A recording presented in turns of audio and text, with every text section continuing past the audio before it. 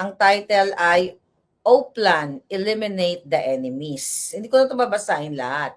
See that? Puting Ahas, Saturday, Saturday, date, November 18. Alright?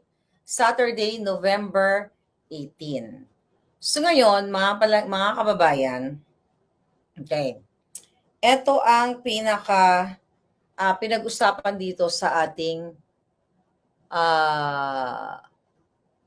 sa ating expose. Ang sabi, pinapatupad ng Malacanang ang O-Plan, Eliminate the Enemies, kung saan ang pangunahing layunin ay makontrol ang lahat ng sangay ng gobyerno at manatili sila sa pwesto. Ang pamilya Marcos, 2028, at 2022 to 2028 si Ngagva, si Tambaluslos naman 2028 to 2034, at si Charis Marcos, ay nakalagay dito, 2034 to 2040.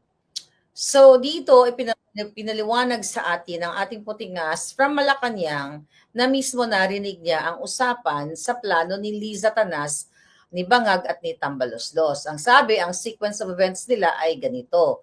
Gibain si Vice President Daysara, gamitin ang confidential funds issue. Tapos sabi nga dito, subalit ano ba ang katotohanan? Meron bang pagkakamali si VP Sara? Wala.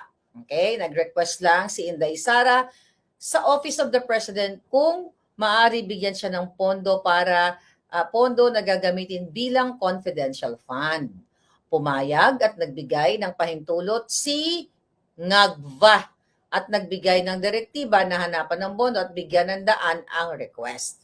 So malinaw na ang source of funding ay Office of the President, na siya rin ang nag-approve ng request na maaari namang i-deny o disapprove kung mayroong batas na malalabag kung ito ay unconstitutional.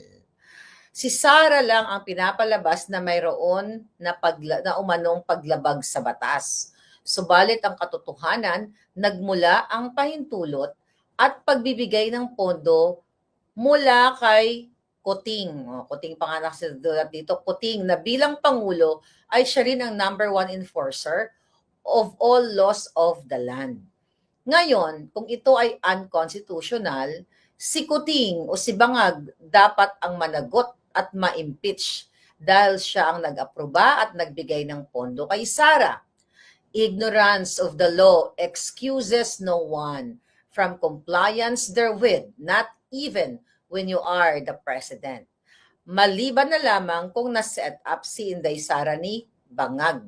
Pinainan ng kaso tulad ng inaakusa kay Sara ngayon.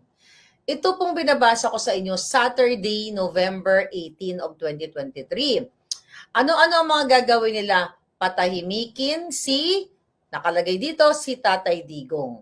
Gagamitin ni Kuting at Tambaluslos si Bonjing Remulla para gumulong ang request ng ICC na makapag-imbestiga sa umano ay genocide na naganap or war on D na naganap noong panahon ni PRRD. Di ba nagkatotoo lahat to?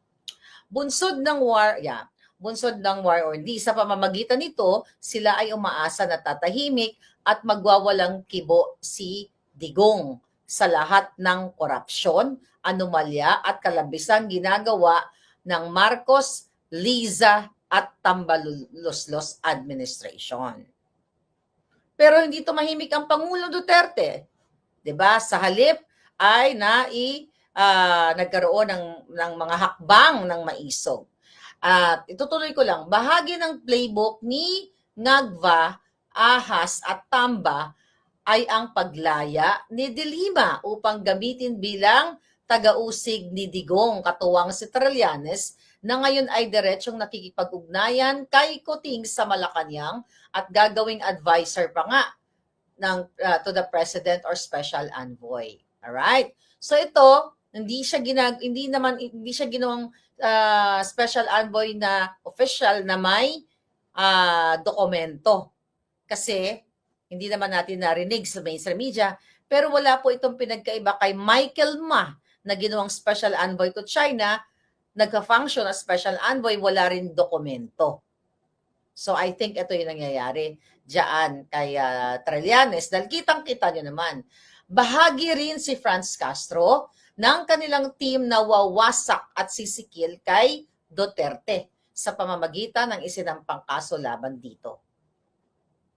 Lahat po ito, ang binabasa ko sa inyo ay November 18, 2023. Ito ang isa sa mga pinasabog o inexpose ko sa inyo. Alright, ano ba dito? Bukod sa ikinaso tungkol sa, ito, wag na tumasahin. Then, ano pang gagawin nila? Extradition ni Quiboloy. Okay? Ipapadismiss ni Bonjing Remulla ang kaso ni Quiboloy na nakafile sa Davao upang maging eligible na ang gagawing request ng US FBI for extradition nito. Sa ilalim kasi ng ating batas, hindi maaaring i-deport ang dayuhan na ma-extradite ang Pilipino if there is a pending or ongoing case against a respondent due to primacy of the Philippines jurisdiction over over persons residing or sojourning with who is accused of having committed a crime. Hindi nga na-extradite si Pastor Quiboloy, pero tignan nyo naman ang ginawa sa KOJC. Closure of SMNI. Ito ang mga binanggit sa atin ng Puting Ahas. Martial law na ngayon pa lang. Kitang-kita ang sadyang pananahimik ng traditional media dahil sa pressure at pananakot ng Marcos Ahas Tambaluslos administration sa lahat ng media outfit na magiging critical o babatikos sa kanila. No wonder ang mga media ngayon ay talawan. Tumahimik sila sa kababatikos na bangag, kawatan, magnanakaw ang Marcos family. Look at Rappler. Magkakakampi na ang mga Digimonyong Dilawan laban sa mga Duterte at magkakampi na ang mga bangag. So lahat po ito ay nagkatotoo. Pinakahuli dito, Maharlika at vloggers.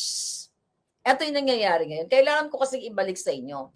Malaking halaga ang nakalaan sa mga critical na vloggers para alokin at suhulan, tumahimik lang at tigilan ang paglalahad ng mga totoong kaganapan sa pamahalaan. Si Maharlika ang numero 1 target ng mga aso ni Ahas at Tambaluslos. Hinahanap kung sino ang tamang linya papunta sa kanya o dili kaya magkano ang halaga kapalit ng pananahimik niya. Sinabi ko na sa inyo na may nag-offer sa akin December of 2022 pa lang. Name your price. 'Di ba? Pero hindi ko, 3 tao 'yon. Okay? Hindi ako pumayag na magpabayad sa mga buwaka ng inang ito. Kaya patuloy pa rin po tayo nagsasalta. Kaya ang naging ending, dahil hindi ako pumayag na magpabayad sa kanila, 4 cases, proxy cases, ang final ng 3 nitong Liza Tanas, Bangag, Tambaluslos, gamit ang kanilang mga proxy cases, ang kanilang mga tao para i-intimidate ako, para matakot ako, para nga naman wala nang maingay sa social media na nagsasabi na si Marcos Jr. ay addictus benedictus, na si Liza Tanas ay kidnapper, nangidnap ng 2 bata sa Turkey, ang Marcos Araneta Tambaluslos ay sangkot sa kidnapping, smuggling, lalo na si Liza Tanas. Si Liza Tanas at si Bangag ay mismo inappoint ang isang smuggler. Kaya hindi ako pumayag, kaya ito ang aking ang aking kapalaran. So sabi dito sa ating expose, hinahanap kung sino ang tamang linya papunta sa kanya, sa akin o dili kaya magkano ang halaga kapalit ng pananahimik niya. Tanggap at aminado nila Kuting na siya ang number 1 media assassin. At kung hindi makokontrol ay malaking sakit ng ulo at balakid sa kanilang mga plano. Okay. Now, ito ang gusto ko ipakita sa inyo.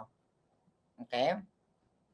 Dito sa dulo, removal of Sara Romualdez is new VP. Sinabi ko sa inyo yan, tatanggalin si Inday Sara para si Tambaluslos ang maging new Vice President. Ang sabi dito, from Puting Ahas, that message, okay, nakita nyo yan, nakita nyo Saturday na November 18, yan, mga nakasulat yung mga vloggers. Okay? Through impeachment, ayan, sabi dito, through impeachment, they will remove Sara through the help of the heavily corrupted House of Representatives and the full cooperation of the compromised and unprincipled Senate. Okay? Or senators.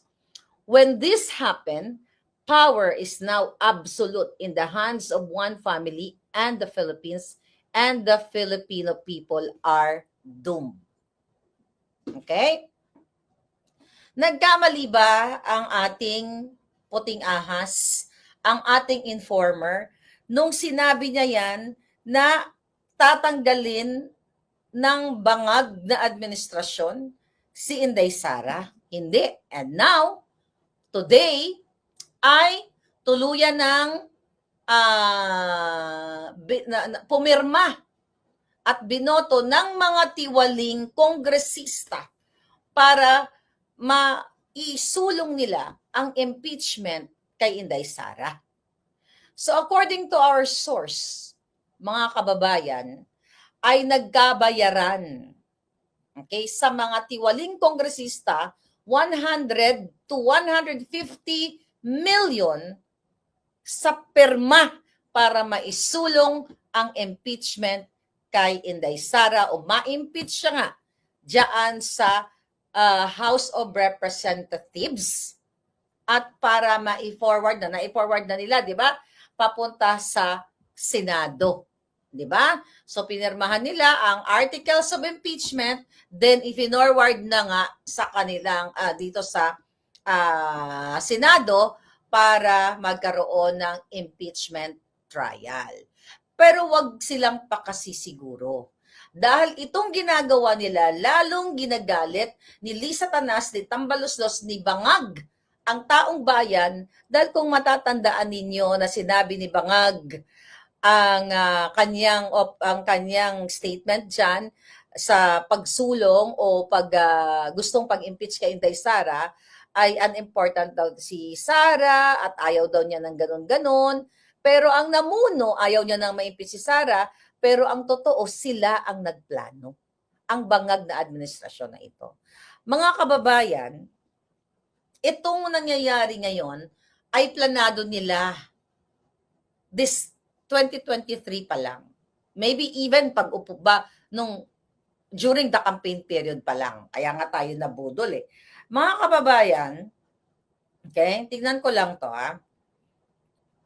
So dahil nagkaroon ng mahigit 200 na perma at ayon sa ating Puting Ahas, may mga tumanggap ng 100 million to 150 million pesos kapalit ng perma. Samantala, habang nagkakaproblema tayo sa food shortage, sa kahirapan ng bayan, kahirapan ng Pilipino, kaliwat ka ng krimen, mas inuna nilang magbayad sa mga buwaka ng inang kongresista gamit ang pera ng bayan. Dahil nga naghain na nga sila, o napermahan na, itong impeachment na to at nakakuha na nga sila ng boto na kailangan nila, which supposedly dapat ay 1/3 ng bilang ng mga kongresista. So ngayon, mga palangga, ano ba ang grounds ng impeachment? Si Sara ba talaga ay ka-impeach?